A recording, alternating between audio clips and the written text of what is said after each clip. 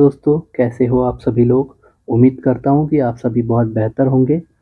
और आधुनिक भारत का इतिहास का हमारा जो सीरीज़ चल रहा है, जिसमें हम आपके लिए 1000 एमसीक्यू कवर कर रहे हैं। इसका पार्ट 1 हम ऑलरेडी बना चुके हैं। और इसमें हम जो क्वेश्चंस कवर कर रहे हैं वो आपके railway, group D, ALP, NTPC जैसे एग्ज़ाम्स में पूछे गए क्वेश्चन, इसके साथ ही पूछे जा सकने वाले इम्पॉर्टेंट क्वेश्चन हम इसमें कवर कर रहे हैं। और जैसे कि आपको मैं बता दूं, ये 1000 क्वेश्चन है। तो पहले पार्ट में हमने 50 क्वेश्चंस कवर किए, सेकंड पार्ट में 50 क्वेश्चन, और इसी तरीके से आगे वाले पार्ट में भी 50-50 क्वेश्चंस कवर करेंगे। और इसके बाद सारे जब ये क्वेश्चंस कवर हो जाएंगे, उसके बाद हम एक फाइनल वीडियो अपलोड करेंगे, जिसे हम मैराथन के नाम पर वो वीडियो अपलोड करेंगे, जिसमें सारे क्वेश्चंस होंगे। 1000 क्वेश्चन एक वीडियो में होंगे और आपके लिए वो एग्ज़ाम के लिए बहुत इंपॉर्टेंट होंगे। तो आपको मैं एक सजेशन देना चाहूँगा कि आपकी जो पढ़ाई का टाइम है, जिसे उसमें ये सारी चीज़ें ना देखने से बेहतर है कि आप जब खाना खा रहे हैं, आप टहल रहे हैं, तब आपके कान में ईयरफोन लगाइए और इस वीडियो को 2 की स्पीड में ख़त्म कर दीजिए। आपको बस क्वेश्चंस को सुनना है और आंसर को ध्यान में रखना है, और उसके अलावा कुछ नहीं करना है। तो चलिए स्टार्ट करते हैं। हमारा 51वां क्वेश्चन है, मॉन्टेग्यू चेम्सफोर्ड रिपोर्ट ने किसका आधार बनाया? मतलब इन में से किन कानून को का आधार क्या था? Montagu Chelmsford report. तो भारतीय परिषद अधिनियम 1909, भारतीय सरकार अधिनियम 1919, भारतीय सरकार अधिनियम 1935 या भारतीय स्वतंत्रता अधिनियम 1947। तो इसका जो करेक्ट आंसर है बी है। भारत सरकार अधिनियम 1919 का जो आधार था वो क्या था? मॉन्टेग्यू चेम्सफोर्ड रिपोर्ट इस भारत सरकार अधिनियम 1919 का जो कानून था उसका आधार था। तो चलिए नेक्स्ट क्वेश्चन देखते हैं। निम्नलिखित में से कौन महात्मा गांधी और उनके मिथक के लेखक है?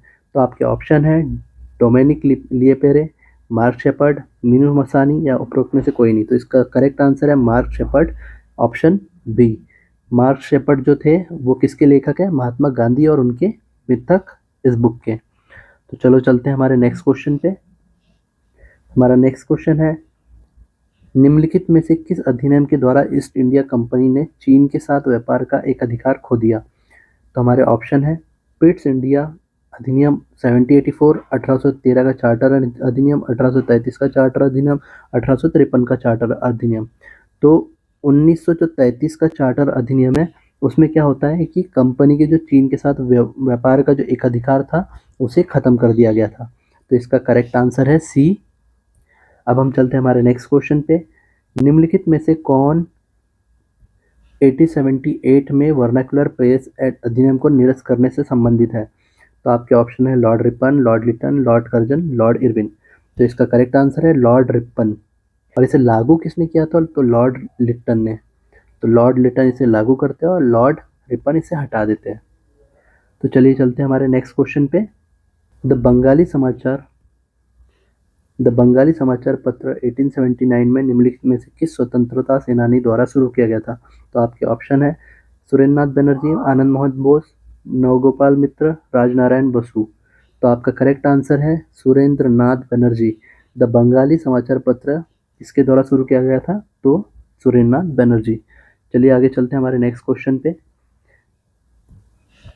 निम्नलिखित में से किस तारीख को भारतीय राष्ट्रीय कांग्रेस द्वारा प्रत्येक वर्ष को पूर्ण स्वराज्य के रूप में मनाने का प्रस्ताव पारित किया गया था? तो ये तारीख क्या थी? 26 जनवरी को भारतीय राष्ट्रीय कांग्रेस ने प्रत्येक वर्ष पूर्ण स्वराज्य के रूप में मनाने का प्रस्ताव पारित किया गया था। अब हम चलते हैं हमारे नेक्स्ट क्वेश्चन पे। निम्नलिखित में से कौन फोर्ट विलियम कलकत्ता के पहले अध्यक्ष थे? तो कौन थे? तो इसके ऑप्शन देखते हैं, Charles Eyre, John Childs, Robert Clive या जॉन सुरमन। तो इसका करेक्ट आंसर है चार्ल्स आयर। फोर्ट विलियम जो कलकत्ता में था उसके पहले अध्यक्ष थे चार्ल्स आयर। हमारा नेक्स्ट क्वेश्चन है, प्रथम कर्नाटक युद्ध किसकी संधि पर हस्ताक्षर करके समाप्त किया गया था? तो आपके ऑप्शन है पेरिस संधि, पौंडीचेरी संधि, एक्सला चैपल संधि या लंदन संधि। तो इसका करेक्ट आंसर है सी, एक्सला चैपल संधि को खत्म किया गया था। किससे? प्रथम कर्नाटक युद्ध को एक्सला चैपल की संधि से समाप्त किया गया था। हमारा नेक्स्ट क्वेश्चन है, हुम द्वारा भारतीय राष्ट्रीय कांग्रेस की स्थापना कब की गई थी? तो 1882 में, 1885 में, 1887 में, 1889 में। तो इसका जो करेक्ट आंसर है वो है 1885 में जो भारतीय राष्ट्रीय कांग्रेस था इसका गठन किया गया था। अब हम चलेंगे हमारे नेक्स्ट क्वेश्चन पे। भगत आंदोलन भारत की निम्नलिखित जनजातियों में से किससे संबंधित है? बिरहोर जनजाति, भील जनजाति, संथाल जनजाति या कोल जनजाति? तो जो भगत आंदोलन है वो किससे संबंधित है? भील जनजाति से। तो अब हम चलते हैं हमारे नेक्स्ट क्वेश्चन पे। दूसरा कर्नाटक युद्ध किस संधि पर हस्ताक्षर करके समाप्त हुआ था? तो इसके ऑप्शन है एक्स ला चैपल संधि, पेरिस की संधि या पौंडीचेरी की संधि या लंदन की संधि। तो दूसरा जो कर्नाटक युद्ध था वो किसके साथ किस किस संधि पर हस्ताक्षर करके खत्म हुआ था? तो पौंडीचेरी की जो संधि थी उस पर हस्ताक्षर करके दूसरा कर्नाटक युद्ध समाप्त किया था। और जो पहला था वो कैसे समाप्त किया था? एक्सला चैपल की संधि पर साइन करके पहला समाप्त किया था।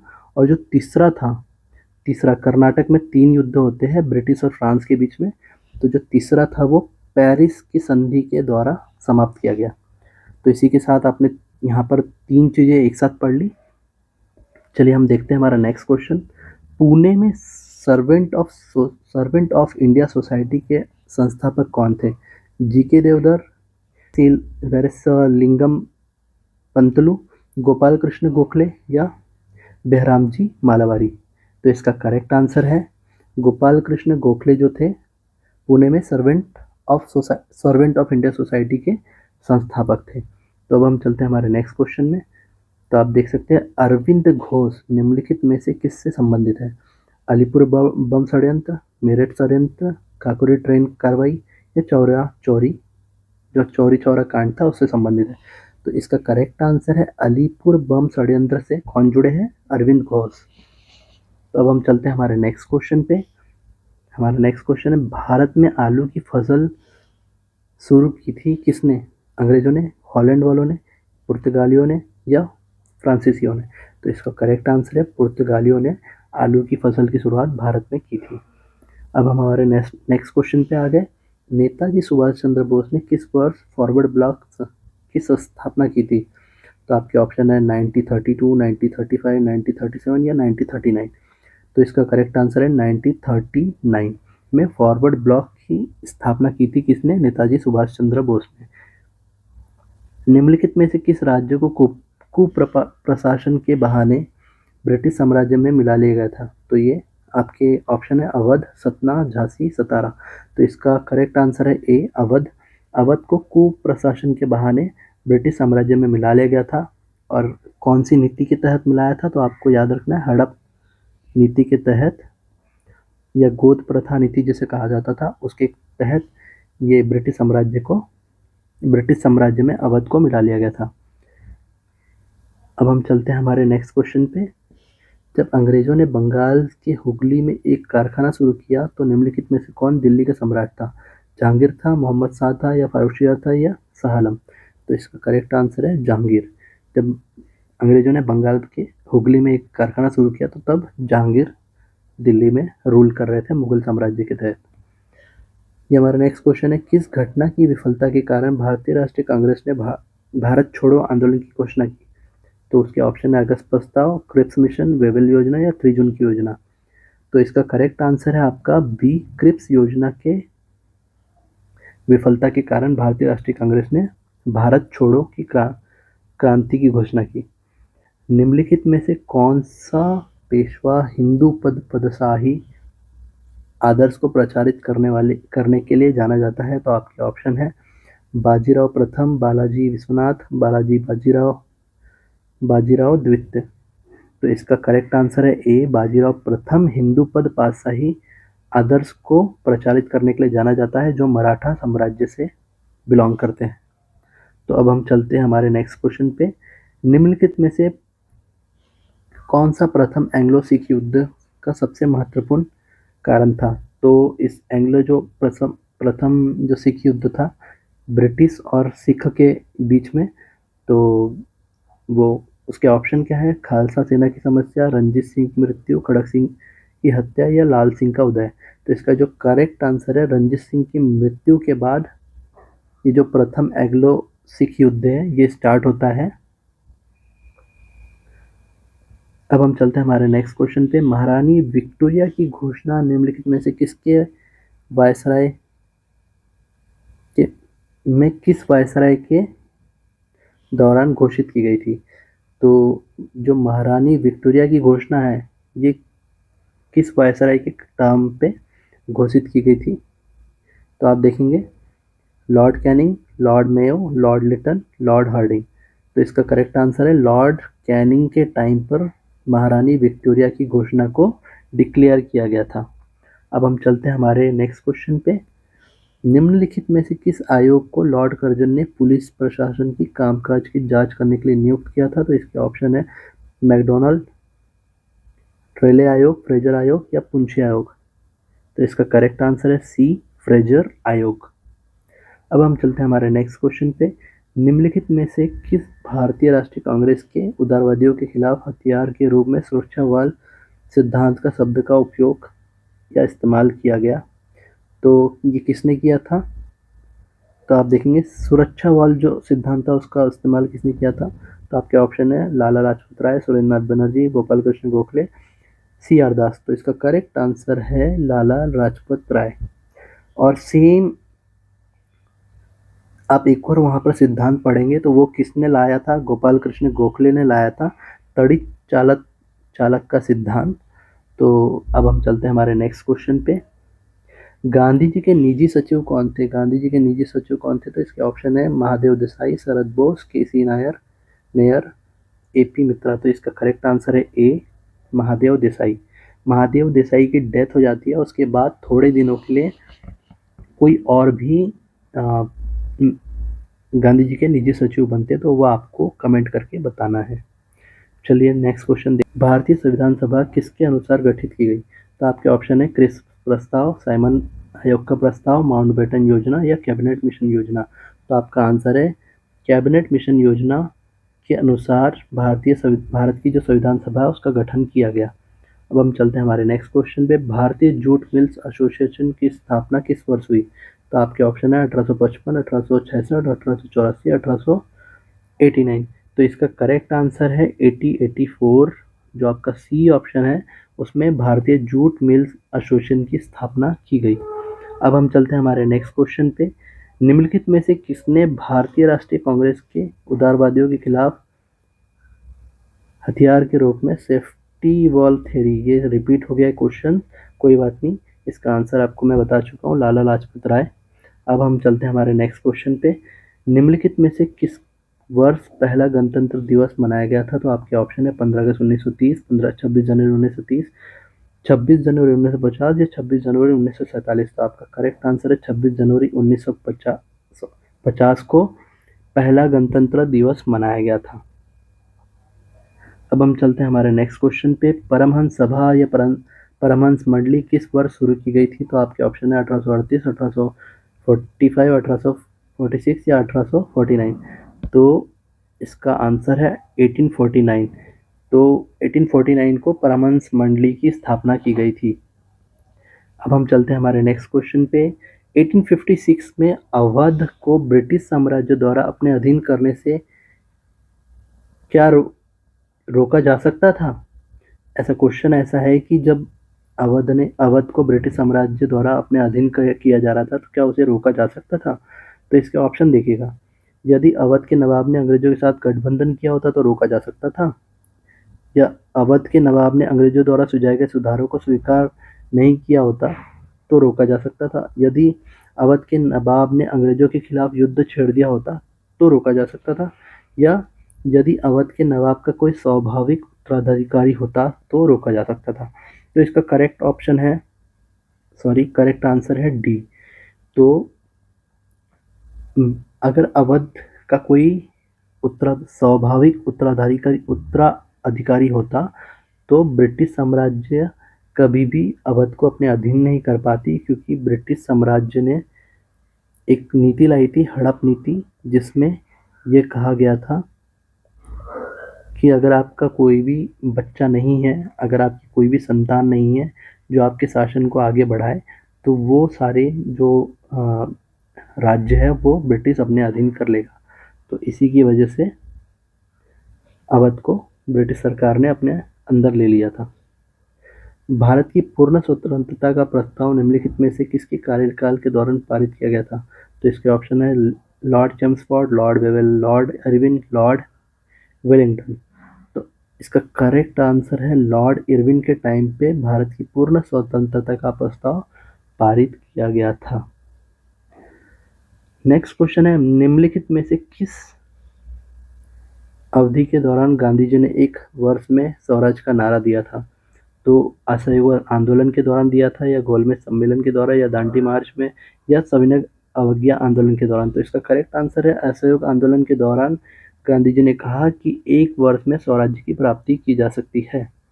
अब हम चलेंगे हमारे नेक्स्ट क्वेश्चन में। जलियांवाला बाग हत्याकांड पर कांग्रेस जांच समिति की रिपोर्ट का मसौदा तैयार करने का कार्य निम्नलिखित में से किसे सौंपा गया था? तो इसके ऑप्शन है महात्मा गांधी, जवाहरलाल नेहरू, महात्मा गांधी, सी.आर. दास, फजलुल हक।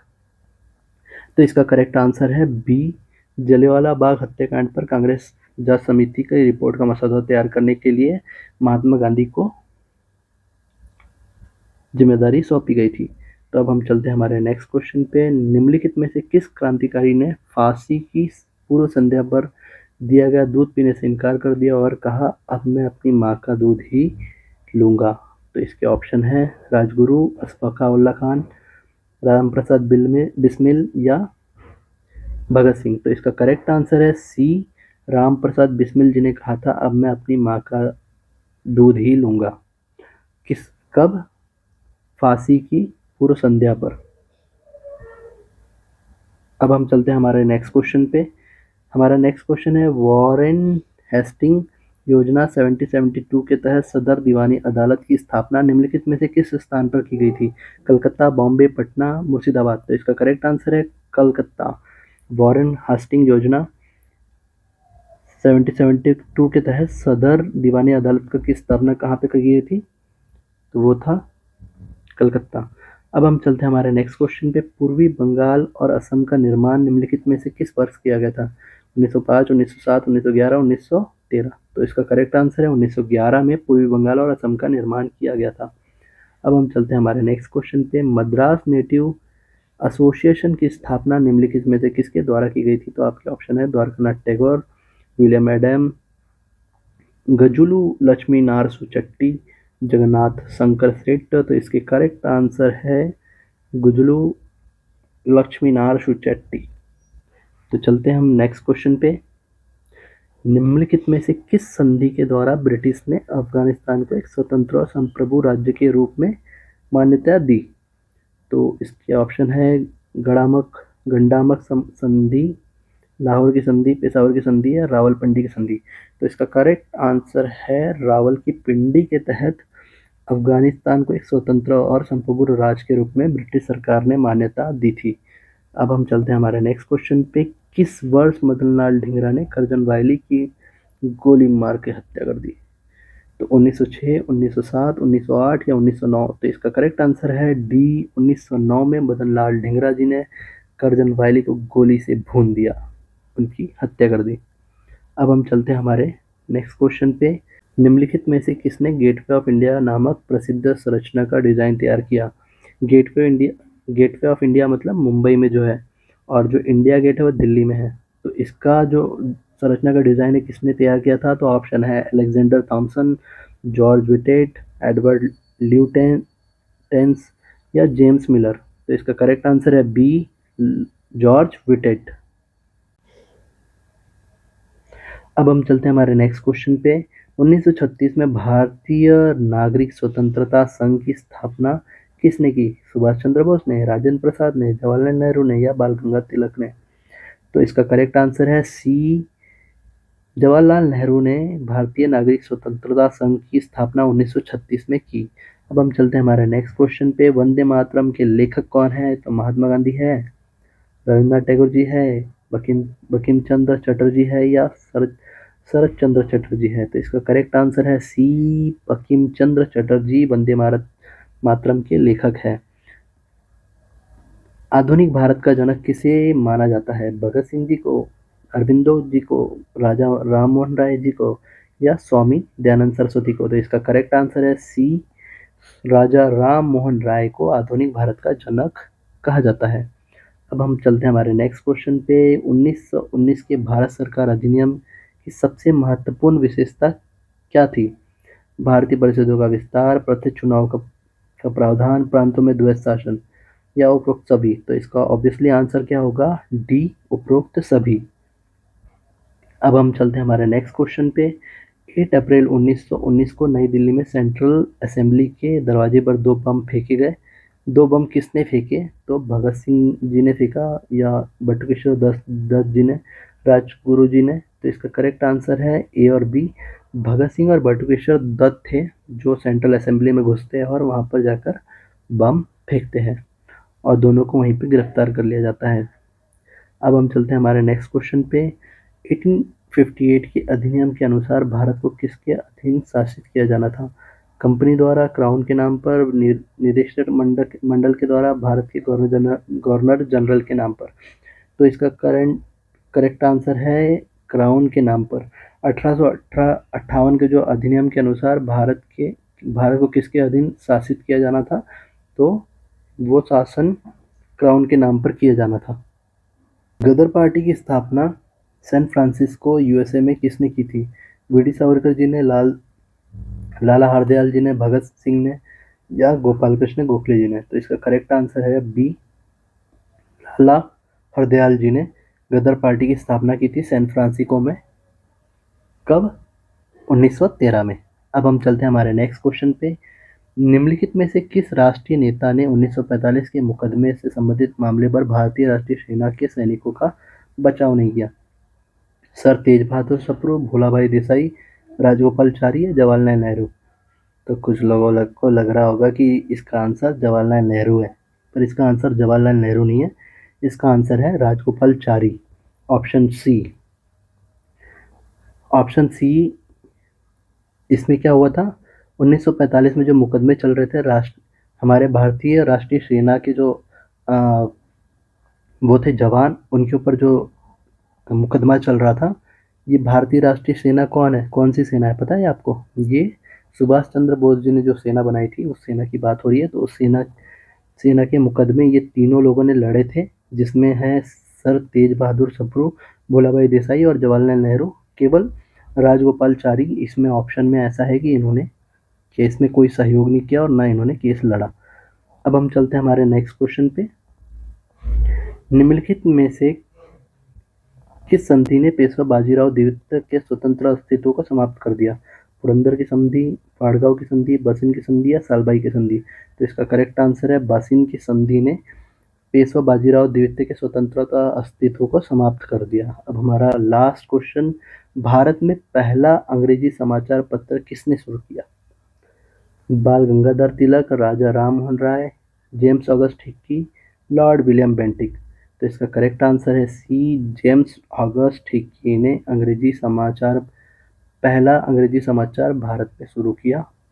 हमारा वीडियो समाप्त होता है और इसी तरीके से हमारे साथ बने रहिए। चैनल को सब्सक्राइब करिए, कमेंट करिए और आगे आने वाले वीडियो को भी देखिए। बेल नोटिफिकेशन ऑन करके रखिए और सबसे ज़्यादा इम्पोर्टेंट है कि हमारे चैनल को सब्सक्राइब करिए, तो हमारा भी मनोबल बढ़ेगा और हम और ज़्यादा वीडियो आपके लिए लेकर आएंगे। तो मिलते हैं नेक्स्ट वीडियो में, तब तक के लिए धन्यवाद।